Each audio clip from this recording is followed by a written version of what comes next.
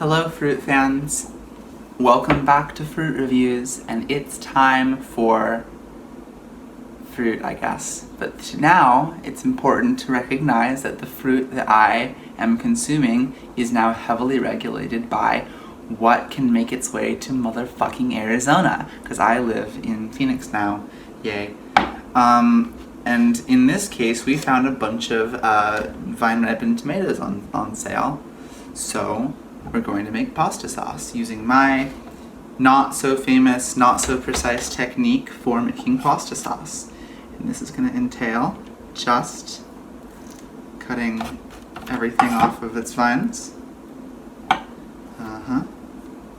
You know, I could probably just like pull them off the vines.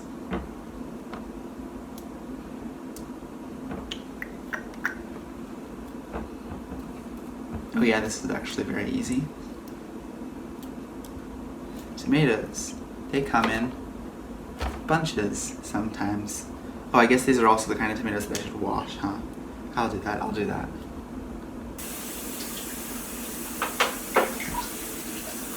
But now we've got tomatoes that we can chop up, so we're just going to slice up off the top. Oh, it's too much slice off the top. There, I don't feel bad about wasting this much. Chop them up. These are small enough that I'm just going to chop them in half once, and that'll be good for stewing. And chop, and bwop, and chop, and bwop, and chop, and bwop, and good. And now I've got to do this 4 more times, basically. Here's the chop, here's the chop, here's the chop. Here's the chop, here's the bwop, here's the bwop. Here's the chop, here's the bwop. Come on, thank you.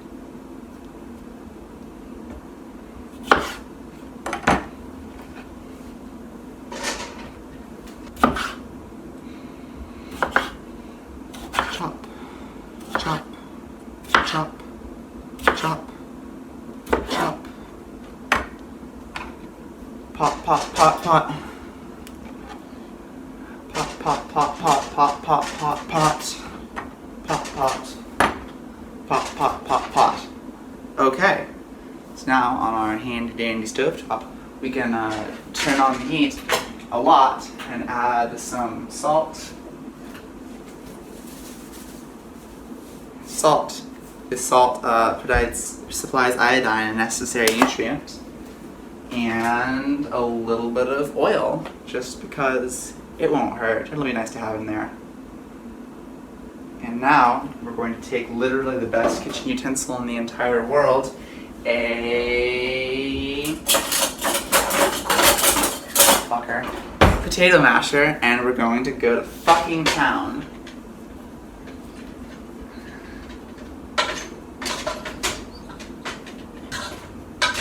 There we go. And now it is a little bit mashed and about to get a lot of it hot. So now what we're going to do, don't get me wrong, this is the thing that we're going to do, is we're going to take a frying pan and we're going to get an onion and chop it up. Because what we want to do is we want to create like a really rich, gooey, sour, acidy, Allison-y mix that we're going to deglaze and put directly into our tomatoes. So the way that we're going to accomplish this is cut off about as much onion as we think we're going to need.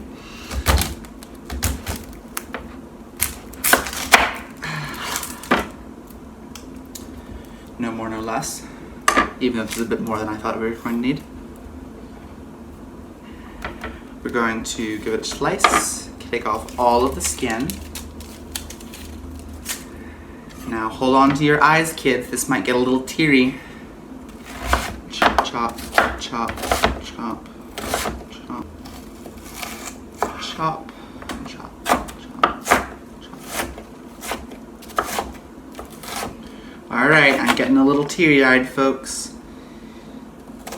You know what that means? It means I'm human and I have just the same flaws as everyone else.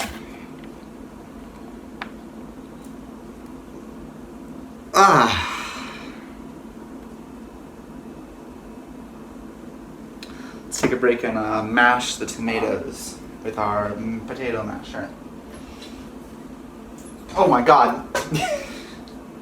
The tomato just squirted juice all over me, all over the kitchen. Oh, okay.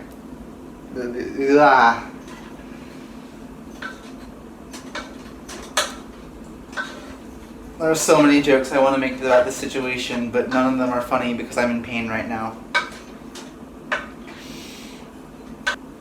Okay, now that the tomatoes have been partially conquered, we're going to take our pan and take some more olive oil, believe it or not, and brew up and get them in.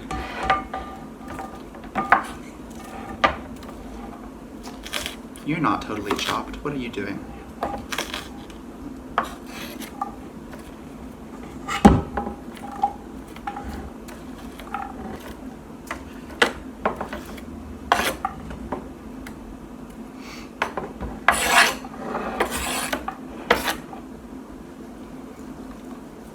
Okay, do the standard dance with a little bit of salt, which provides iodine, a necessary nutrient. Maybe too much salt, whatever. And stick it on the stove on medium. So here's what we're looking at now that we got this setup going. We got the onions over there and the tomatoes over there. And as you can see, the tomatoes are simmering in their own juices.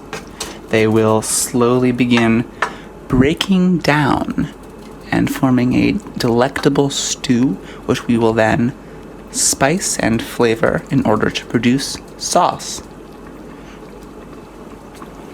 I'm bored while waiting for the tomatoes to stew. And so out of boredom, I'm going to pop open a bag of Chester's hot fries and eat them, even though they're not a fruit.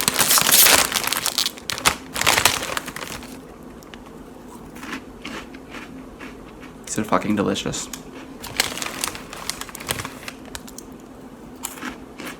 So completely and utterly not a fruit.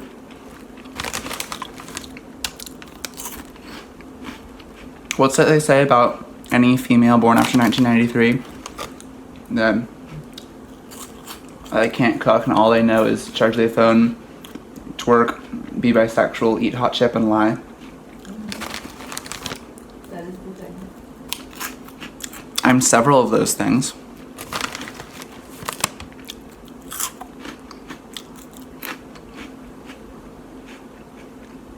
I mean, like, whether I can cook is... Does this really count as cooking? I know I've called various things that I've put into on the camera, including hot chip, cooking in the past. However, what sins may man commit before he is cast out from his throne of hot chips? Maybe I'll cut that out. Okay, so now that now that the onions have started to get a little bit translucent, I'm gonna pop open these little cloves of garlic so we can start getting them cooking as well.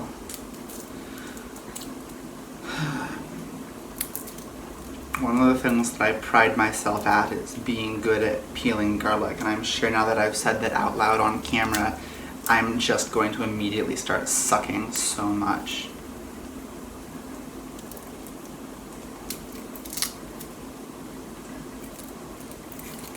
No, this is alright. last night's dinner was a different creamy pasta sauce, which also had a lot of garlic in it, so I might hold back on the garlic a little bit and only put 3 cloves in. I know, I'm sorry, but I need a little bit of a recovery period.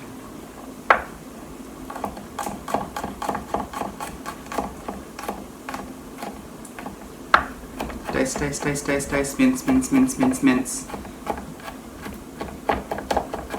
Don't mince it too fine though, it's always nice to find a little clump of garlic in your sauce. Okay, so now we can just get them on up.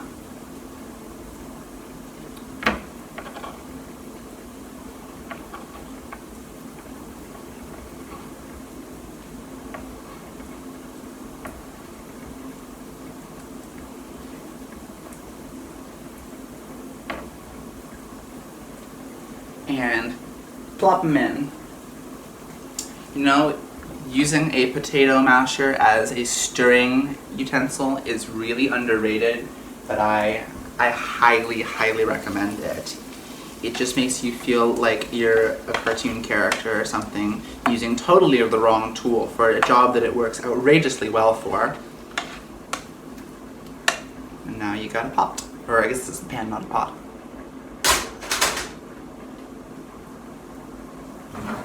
Probably as good a time as ever to add a pinch of crushed red pepper, my best and dearest culinary friend.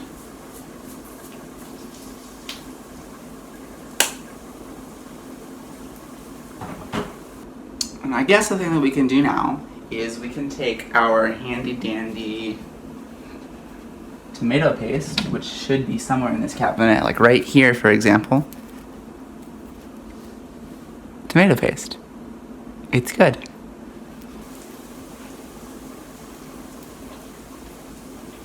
Can opener. Can opener. So now, open up the tomato paste.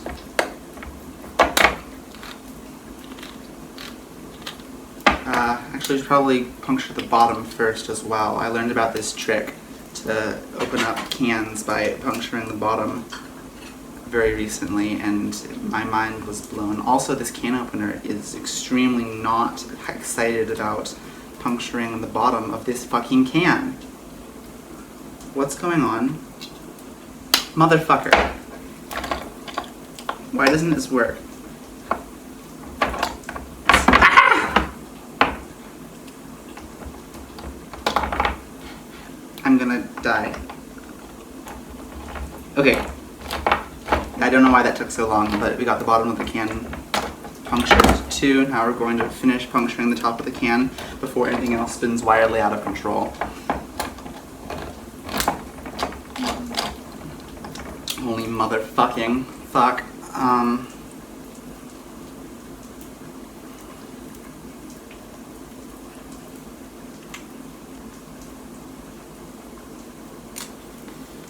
Okay, and now we've got this big thick paste that we're going to attempt to... Oh, come on, I can feel it going, I can feel it going. Get in. For the love of God. Okay, we're not going to go into what it took to get that in, but now it's there and I can use my potato masher to its fullest power.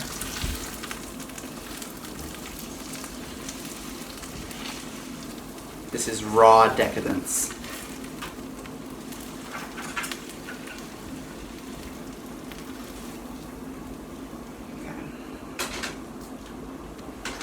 The goal here is now we've got this sort of mashy mush of really, really rich, intense, dark flavors.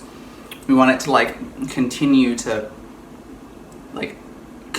shrink into that sort of ideal kind of flavor profile. And the last ingredient that I think we're going to add is sun-dried tomatoes to that mix.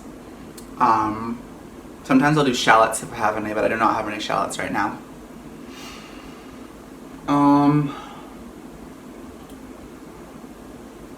If I do have anchovies, I don't put them in there because I think they've got a fine flavor on their own and I just can put them right into the sauce. The process on the tomatoes, though, the fresh tomatoes, they have seriously reduced and are now like actually sauce consistency. All of the skins have basically yielded from the equation, and now it's basically a very runny, goopy sauce, which I can't particularly show you right now.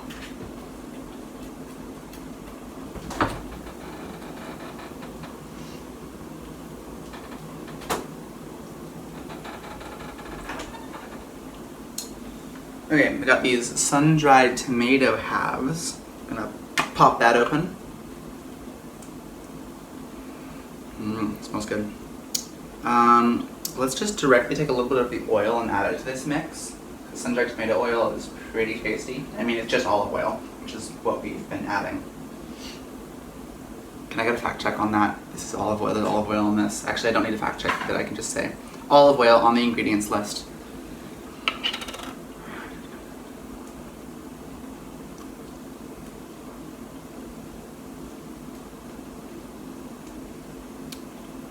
And I actually want to chop these up a little bit finer than they come, just so that they'll integrate better. Like into thirds over their original packaging.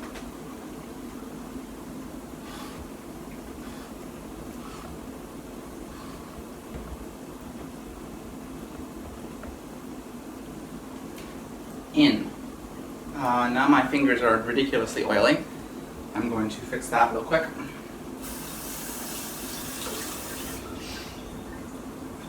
Now they are only a little bit oily. Take my spoon, get them mixed in. Let's add some more of the olive oil, including all these good sun-dried tomato herbs. I guess this pasta sauce technically counts as like a puttanesca. I mean, like, I guess my lineage of making pasta sauce started with the puttanesca recipe in a series of unfortunate events and evolved from there. Even though that was never like an intentional decision I particularly made, it's just sort of pretty easy to tell that that's how things have happened. Okay, now that we've basically gotten into something that looks like, I wonder if I can actually get so you can see it. This is very gooey. Just going to dump it right into the rest of the sauce.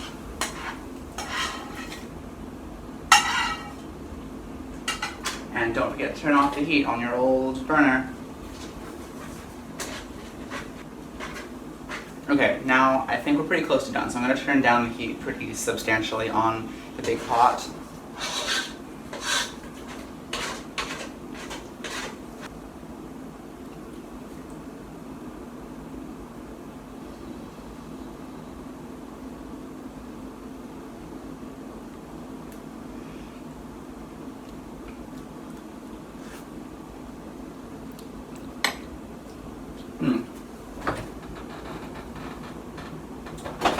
So another thing that I'm going to try to do, and this is more of an experiment than anything, is I'm going to take some verjus, which is like unfermented wine, basically, and it's basically like just, I mean, the most basic culinary equivalent for it is wine and lemon juice, and it bills itself as a wine-friendly alternative to vinegar. So what I'm going to try to do is I'm going to try to deglaze that pan with some of this and add it to the rest of the mix. Because now we're going to need to start adding like some lighter and fresher flavors to this mix. Sort of get all that shit that we really love, all that flavor out of this and into the sauce. I do not know that that actually succeeded in deglazing much, because it's a very non-stick pan and not much stuck to it, but we can just keep stirring. So now that this has basically all of the things that it's going to have in it, we can start like trying to get the rest of the flavors that we want in. So for starters, we need a lot more salt in this.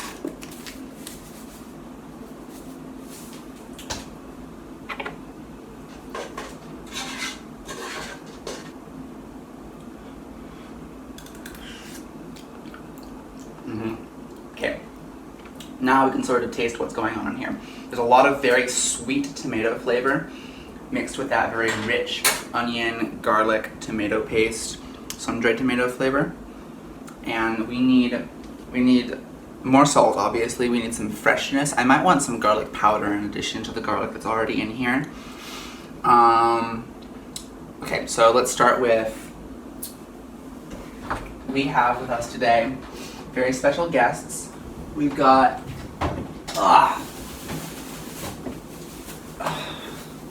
basil and parsley, both of which are very appropriate herbs for an application such as this one.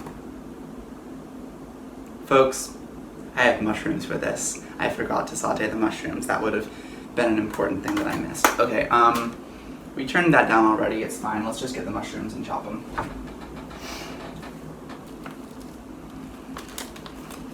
Oh, these are chopped already. What do you know? I guess all I need to do is dump them in the pot, in the pan.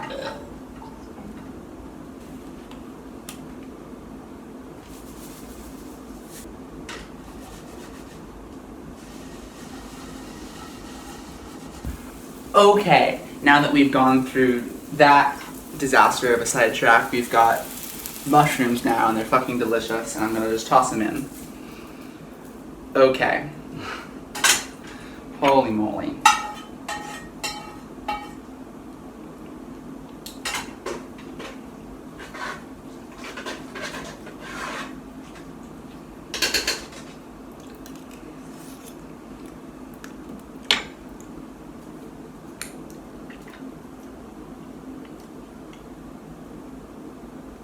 Okay, back on track. Basil. I am a well documented basil fanatic. Absolutely love this funky little herb and his just fantastically sublime scent. Just gonna take a few sprigs and toss them in.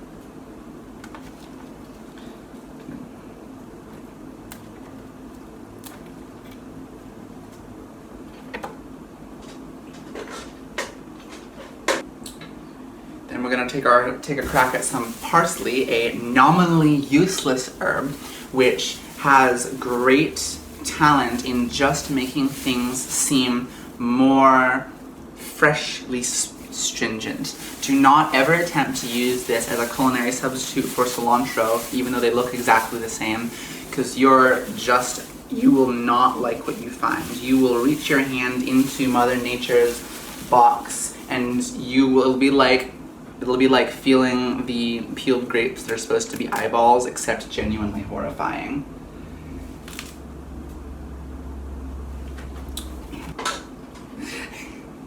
I recognize that it's very hypocritical to call cilantro nominally useless, as I am currently extracting use from it.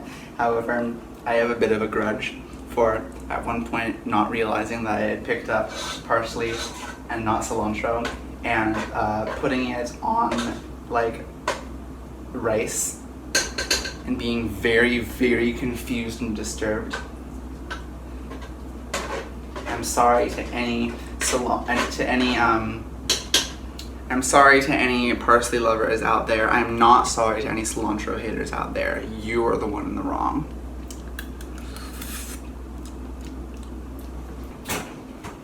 Gonna go in with a little bit of garlic powder. Just go shake, shake, shake, shake, shake. Maybe too much garlic powder, whatever. Also gonna go in with some crushed dried oregano.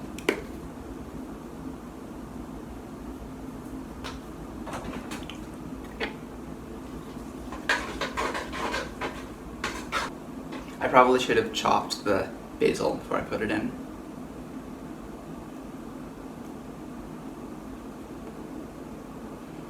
That would help with getting the flavor actually into it. Oh well, sometimes you make mistakes.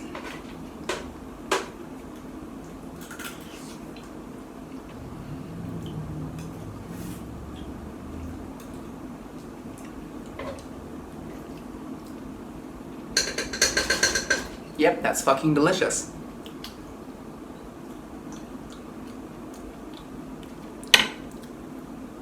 Yep, that's the good stuff. So now all we have to do is make pasta, which I should have started the noodles probably 10 minutes ago. Oops.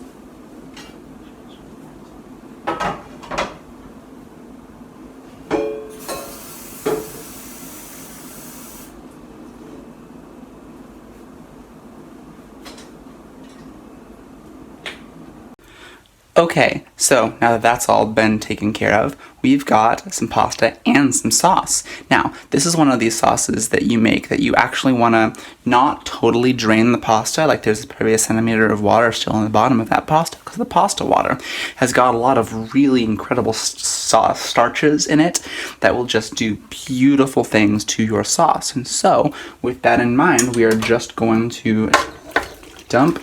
And you see how much water came out of that? That is a feature. That is something that we are intentionally trying to do. Okay, got the last few noodles. And now we're going to stir.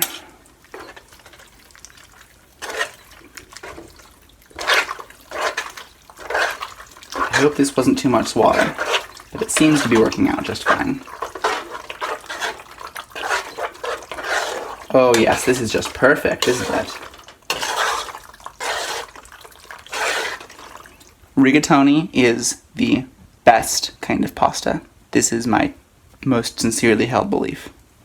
I probably have more sincerely held beliefs.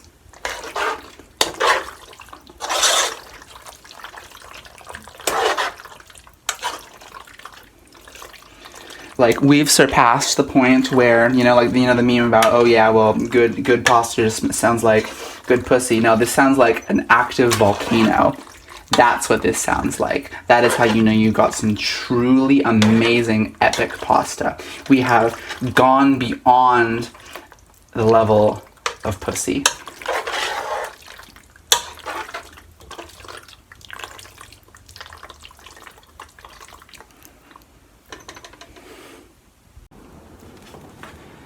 And now we can finally eat fucking dinner.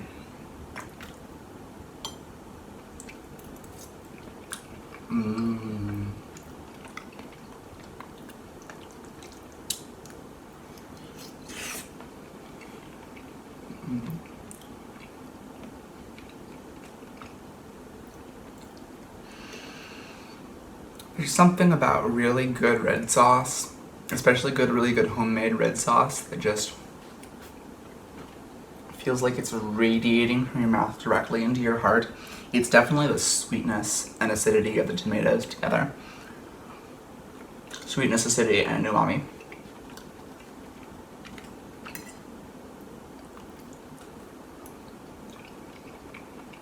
Absolutely something to make for someone you love.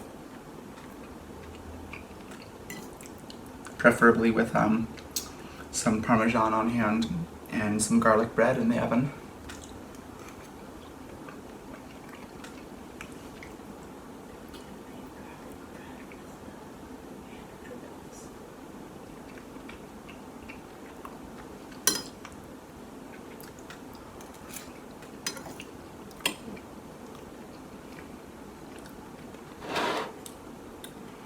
Well, I hope you've enjoyed this fruit review.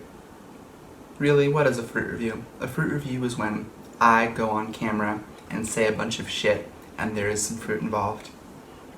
I hope this is an acceptable arrangement for everybody. Until next time, which should probably be very shortly, thank you, and have a wonderful evening.